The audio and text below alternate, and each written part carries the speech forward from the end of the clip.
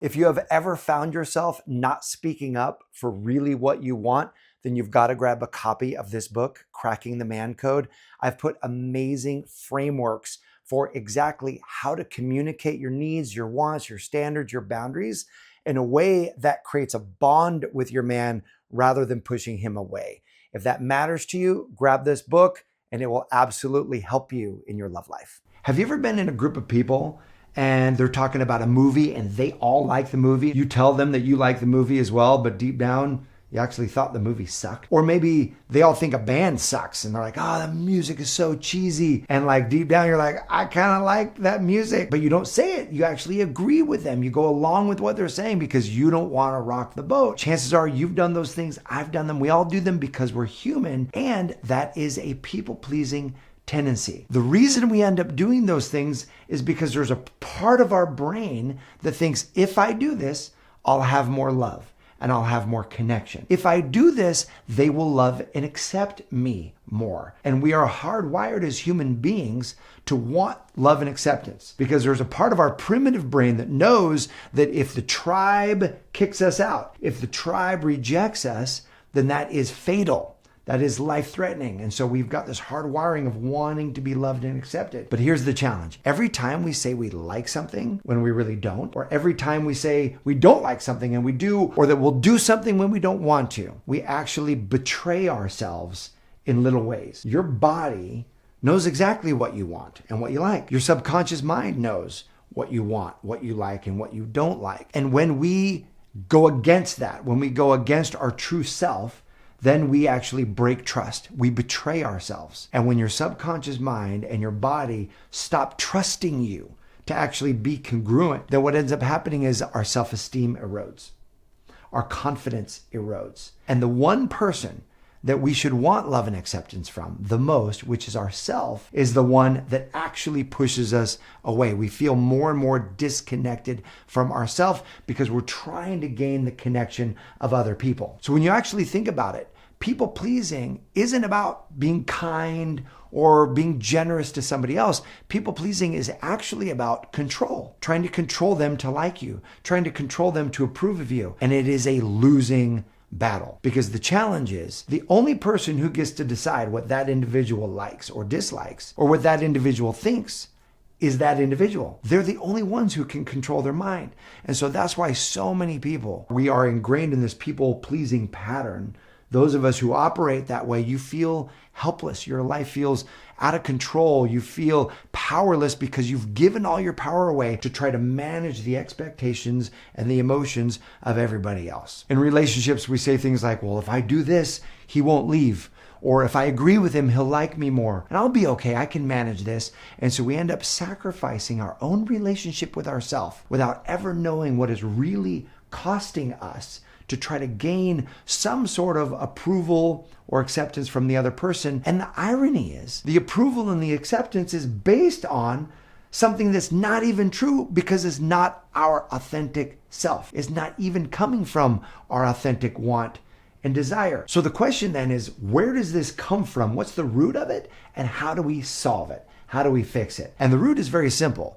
Every one of us, we get installed these programs when we're kids. And the root of people pleasing is always fear. Fear of rejection, fear of abandonment, fear of not being enough.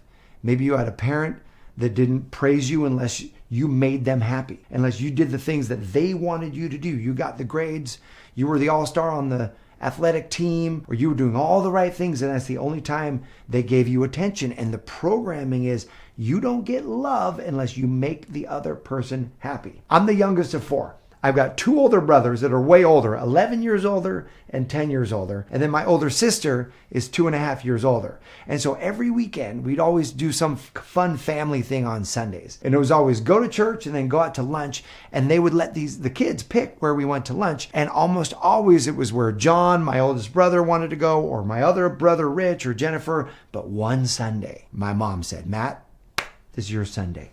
Wherever you want to go. Where does every 5 or 6 year old want to go? McDonald's, baby. I wanted McDonald's. And so I said it. I was like, I want to go to McDonald's. And my brother's like, no, man. And they were so upset. And I've got my hamburger and I like taking bites. And my brothers right across at me just glaring at me. Like, I think they're going to kill me because I picked McDonald's. And like immediately I felt the fear in my heart and I felt sadness. I felt disconnection. I was like, man, this, like, yeah, I like the fact that I had a Happy Meal, but this sucks. Like this other part of this sucks. And I remember making this conscious link that, oh, if I want connection with my brothers, then I've got to do what they want to do. In other words, I've got to give up my own desires and needs and do what this other person wants to do. And so that locked in that moment. I'm sure other moments contributed to it, but this fear of displeasing other people, which kept me small in so many areas of my life as I grew up. In school, not wanting to rock the boat, not wanting the teachers to be mad at me. In relationships, not wanting girlfriends to get mad, and ultimately sacrificing my authentic self. Maybe you can relate to this, where there was a parent or someone that you loved, where somewhere along the way you had an experience where you link the ideas, if I want connection in this relationship, I've got to sacrifice myself. So what do? Because if we live life that way, then we are imprisoned, moving through life, trying to gain the approval of other people while sacrificing the connection that we have to ourselves. So how do we unhook and repattern and live from an authentic place and let those who approve of us and accept us and love us for who we are be the ones in our lives, and everybody else can drift away? There are 3 practices that can really support us with this. The first practice is to know thyself, is to get to know yourself. In other words, let yourself really begin to explore from your authentic place what you like and what you don't like. Now, you may be the person watching this where you're like, I know exactly what I like and I don't like. Or you might be the person who's a bit more like me or the others who are practiced people pleasing so much, the lines between what we liked and what our friends liked began to really become blurry because we were always adopting what everybody else likes. And so this first practice of know thyself is really let yourself know authentically what kind of food lights you up and what do you just not like at all? What kind of music ignites you and what do you not like at all? What are the movies that you like? For example, for me, I am in a family of movie critics. They love these super artsy movies that are like film festival movies. And they're always like, oh my gosh, this is the greatest movie of all time. I like the Hollywood endings. Like, I want to be entertained. I like those movies. And so for me, it's letting myself know it's okay to not be artsy in the movies that I like, but to just like the movies that I like. Knowing what you like, what you don't like, and let yourself express that is step number 1. Brene Brown writes about this in so many of her books about how powerful and courageous it is to really be authentic. And she defines authenticity as letting yourself know what you really do like, what you really don't like, what you really do believe, what you don't believe, and letting yourself have an authentic experience of that and being willing to express it. Which brings me to step number 2, which is to feel the fear and voice it anyways. Because there are those moments when you're in a group and everybody says that movie's awesome, or everybody says this food is great, or whatever the opinion is, and you've got a different experience. In that moment, the voice is, you should just shut your mouth. You should just keep quiet. Don't rock the boat. Don't piss everyone off. And in that moment, are you going to go with everybody else, or are you going to express what you really want? Hey, where do you want to go eat? And people are throwing out ideas and it's not the place you want to go. Are you actually going to toss out the idea for what you really want that particular day? This is where you feel the fear and you speak up anyway.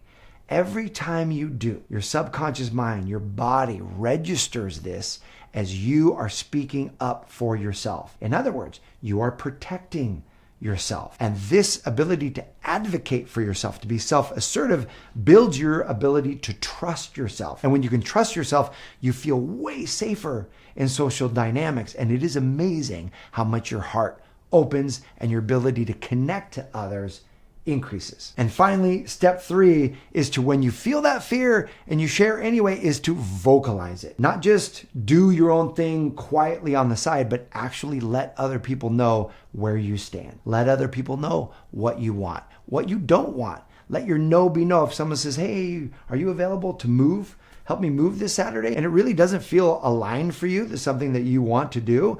And it's not that you're being selfish, it's you're being true to yourself. You're like, you know what? I'm so sorry I won't be able to help you this weekend, but I'm wishing you a great move. And you literally are able to say your no's and say your yeses from your authentic place of what you want. The more you do it, the stronger it gets, the greater your ability to really let your yes be yes and your no be no. And here's what's great about this idea. This isn't about coming from a place of selfishness or self-centeredness. This is coming from a place of knowing yourself and coming from your true self. And your true self is loving. Your true self is generous. Your true self is abundant. And so you can say yes in all the loving, generous, abundant ways that you want, while also saying no to the things that really are a no for you. So my question for you is, what practices have you found really help you release the people-pleasing pattern and really stand in your authentic truth? Go ahead and put that in the comment section below. I appreciate you.